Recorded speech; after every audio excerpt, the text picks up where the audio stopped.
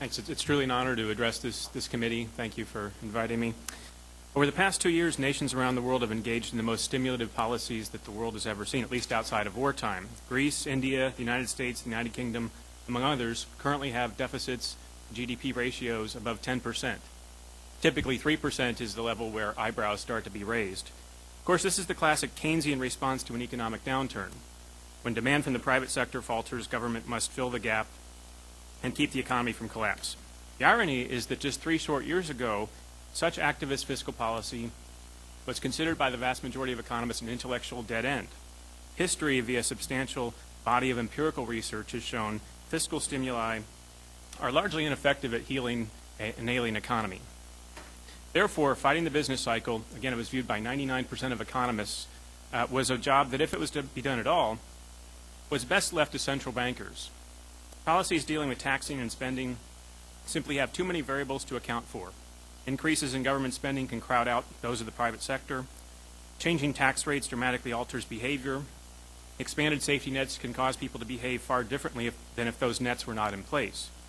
If these lessons had not been fully learned by the 1990s, the experience of Japan during its so-called lost decade, when large deficits and massive government spending or government intervention led to stagnation, seemed to throw dirt on the Keynesian corpse. Then Bill Clinton's Secretary of Treasury Robert Rubin delivered the eulogy when he claimed that surpluses, not deficits, stimulate the economy by keeping interest rates low. Now, historically, as I'm an economic historian, the discredited notion that massive deficits such as those we've seen in the past 2 years could help an economy drew upon the experiences during the Great Depression and World War II. Economies returned to full employment only after massive wartime deficits were deployed. In the United States, the wartime deficit to GDP ratio was about 25% during the 1940s, during the war, and about twice what it is today. And unemployment fell from around 14% in 1939 to around 2% during the wartime. But does this economic experience during World War II really provide evidence in favor of Keynesian fiscal policy?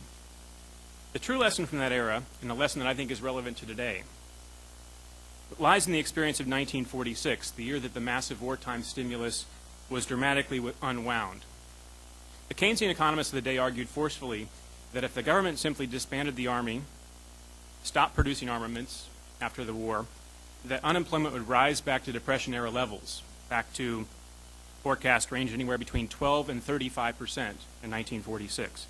Now, despite these warnings, the government sent most soldiers home, canceled war contracts, removed wartime economic controls, and government spending fell from $84 billion in 1945 to under $30 billion in 1946, from 84 to 30 in just 1 year. And by 1947, the U.S. was running a budget surplus to pay off its war debts. So this is what I call the Great Destimulus, the largest and fastest turnaround from deficit to surplus in our nation's history. And here's the kicker. Despite the widespread predictions of economic Armageddon, unemployment remained under 4.5% between 1945 and 1948. So coincident with a huge withdrawal of government stimulus, civilian employment actually grew over 4 million between 1945 and 1947, at a time when the Keynesian economists of that time, the Keynesian models, predicted that employment would drop like a stone. Now, how did this happen? Well, markets adjusted quickly and efficiently once they were finally unfettered. Most economists today acknowledge that the constant intervention during the 1930s extended the length and depth of the Great Depression. And here's the lesson. Just as economists have long asserted that Keynesian fiscal policy is ineffective at creating jobs or boosting GDP, it's also true that the withdrawal of a fiscal stimulus likewise need not mean job losses or lower GDP. A sharp reduction in government spending, such as the austerity measures that are being called for in much of Europe, and I think are at least under some discussion here in the United States today, can free up assets for productive use and lead to renewed growth. Thank you.